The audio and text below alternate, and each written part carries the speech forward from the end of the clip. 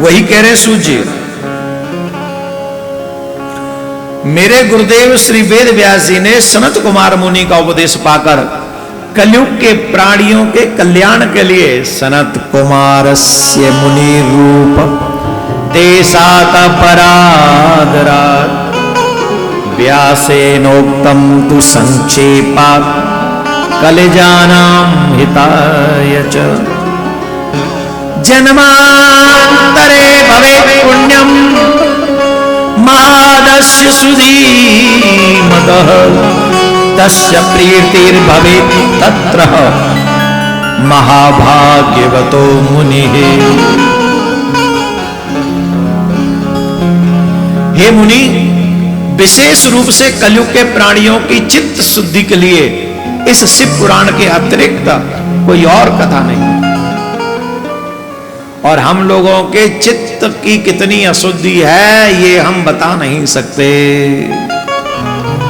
अशुद्धि है कि नहीं बताओ, चलो बोलो।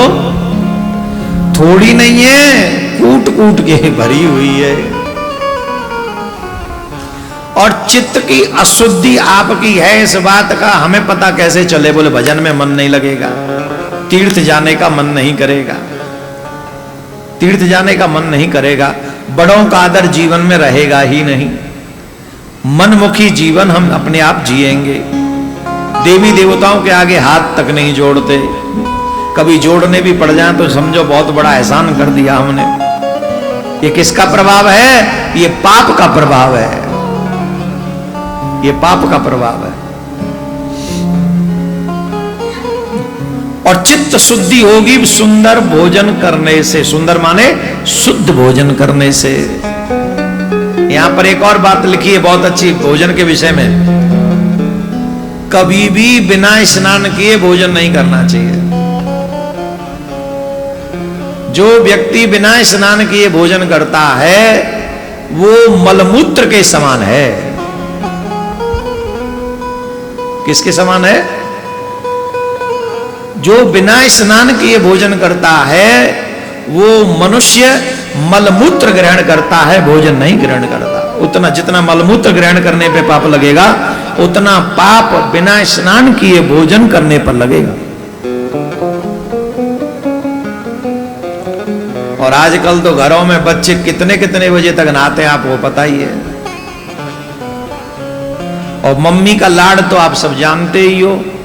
अरे क्या हो गया, रोज नहाता है आज नहीं नहाया, ले खा ले, मैंने परांठे बना दिए, खा जा। अब तू पता नहीं कब नहाएगा, अब जब तक नहाएगा नहीं तो भूखा रहेगा, खा ले ओ काले काले कुछ खा ले। और जो यहाँ काले बैठे हम उनसे नहीं कह रहे हैं लाले।